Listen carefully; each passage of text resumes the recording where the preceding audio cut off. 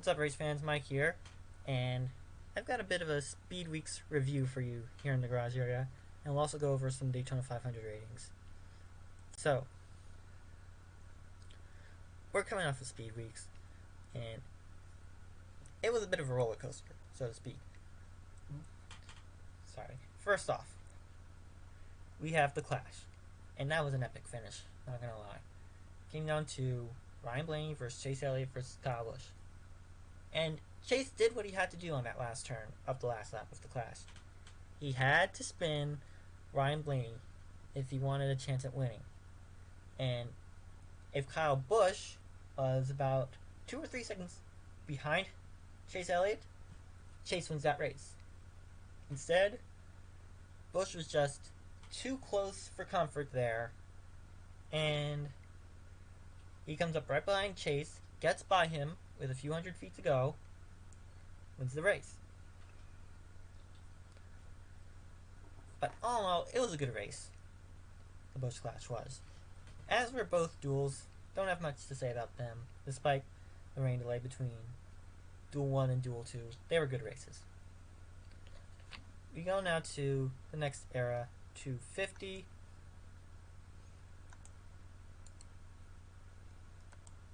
And someone I was keeping my eye on was Hailie Deegan. She had a very good run going until she got caught up in a late race wreck. Finished 24th. Not bad, not good either. She'll have another go on the Daytona road course on Friday night. But this one also had me checking my fantasy picks for Lap Traffic Fantasy, because I did not know who I had picked. I didn't know if I had picked Rhodes. I did not know if I had picked Enfinger or Matt Crafton, either of the ThorSport guys. Turns out I did, in fact, pick Ben Rhodes, and he came through for me. So I got 51 points out of the deal. But then the Xfinity race comes along, and that was, I don't know what I should call it. But I picked Riley Herbst. He did not come through for me, despite having a very good run. He gets caught up in a wreck late, finishes 26th, while Austin Cindric, of course, kicks off his tile defense, picking up right where he left off with a win at Daytona. Ends up being Cindric, Moffitt, Burton, both Burtons, Harrison and Jeb, then Allmendinger in the top 5, followed by Brown, Snyder, Dovick, Emmerich, and White. Now we get to the 500. And this caused a great debate as to who really won.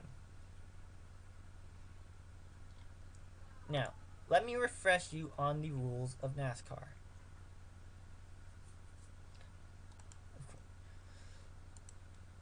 First off, let's go over the results.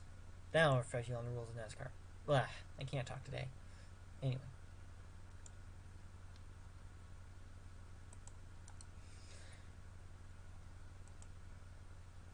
Okay, I have my window capture up front. There we go. So, we had Derek Cope in his last Cup race.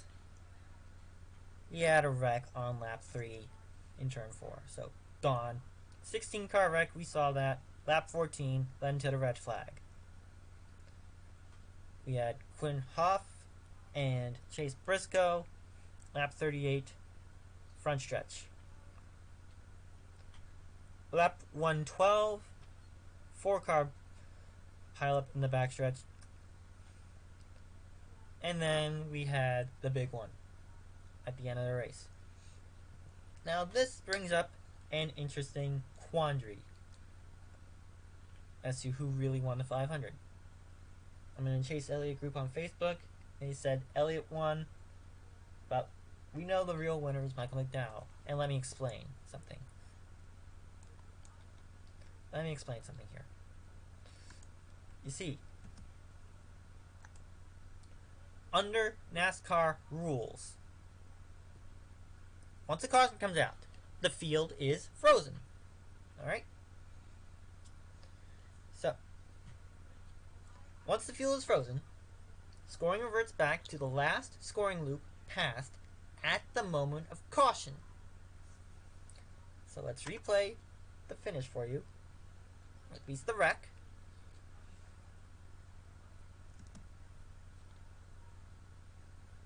And you can be the judge. I'm going to replay the wreck for you, and you be the judge.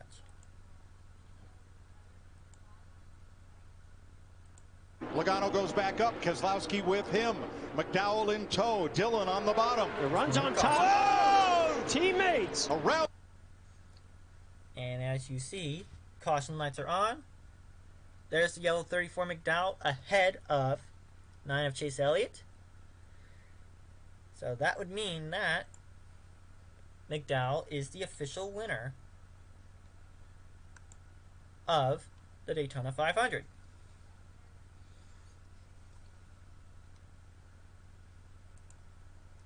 I'll play for you one more time.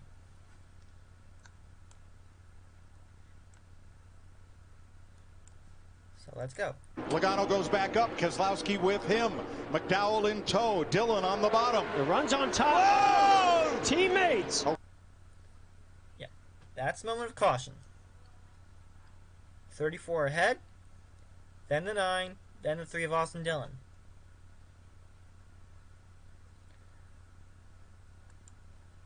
So, McDowell's ahead. He wins the Daytona 500. So, congrats to McDowell on his first career Cup Series victory. Now he'll be remembered for something more than just that harrowing flip at Texas years ago. But unfortunately, this Daytona 500 will probably be remembered for its abysmal ratings. This is per David Land and Sports Media Watch. Take a look at this. 01 to 06 ranged, actually 01 to 08. Ratings for the 500 range from 17 to 19 million, with a peak of 19.4 million for Jimmy Johnson's first win in 2006 on NBC. Then from 09 until 2013, we saw 14 to 17 million in ratings. Again, not bad. And of course, this was the peak, 2013, with Danica Patrick. Then we saw a tailspin. Now, 2021 was trending upward for a while, but then the rains came, and then the finish was pushed back past midnight. Yeah. This was the lowest rated Daytona 500. 2.8, 1849, 4.8 million overall. For comparison's sake, here's the Indy 500 graph.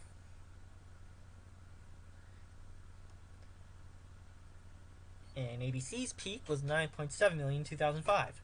Guess who? Danica Patrick. Their lowest was 2018, their last Indy 500, right around 5 million. They never got below 5 million. So, and they never got below a 3 in the 1849. 2020, I'm going to have that as an outlier for NBC because A, COVID, and B, they were up against NASCAR on the Daytona road course. So, I'll give NBC a pass.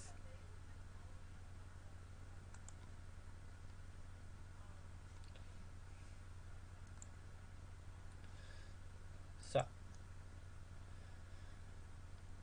I'm going to pull back up the Daytona 500 graph.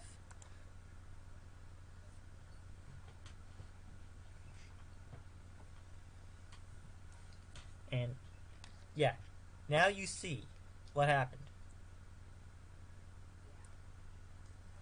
2003 rain shortened little to no effect on the ratings. 2009, 2010. 2009 was shortened, little to no effect on the ratings from the year before. 2010, extensive delays had some effect on the year before that. 2012, that was the primetime 500, had a bit of an effect, dropped about 2 million viewers. 2013, we had Danica, of course. 2014, extensive delays, lost about half the audience. Then we had a spike because it was Jeff's last Daytona 500. Then 2020, 2021, both extensive delays. I wonder what's in common with every Daytona 500 from 2016 on. Oh yeah, 3 p.m. start time. Now, while I do like the 3 p.m. start time, because the race will finish under the lights, you gotta think, it's Florida. It's Florida, it's the middle of February, and Florida is weird when it comes to weather in February. You either get sunshine in Florida in February, or you get thunderstorms. You get rain in Florida in February. Plus, it's mid-afternoon. The race is starting mid-afternoon.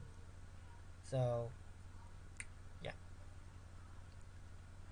Now, I am not a proponent of what David Land is saying when it comes to noon start times.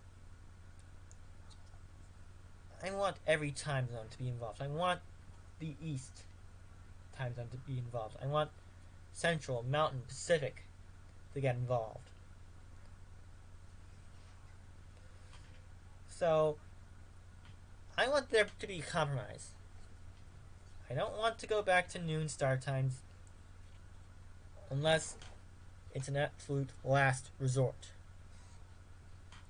So, if you really want the Daytona 500 under the lights, why not move it to Saturday night?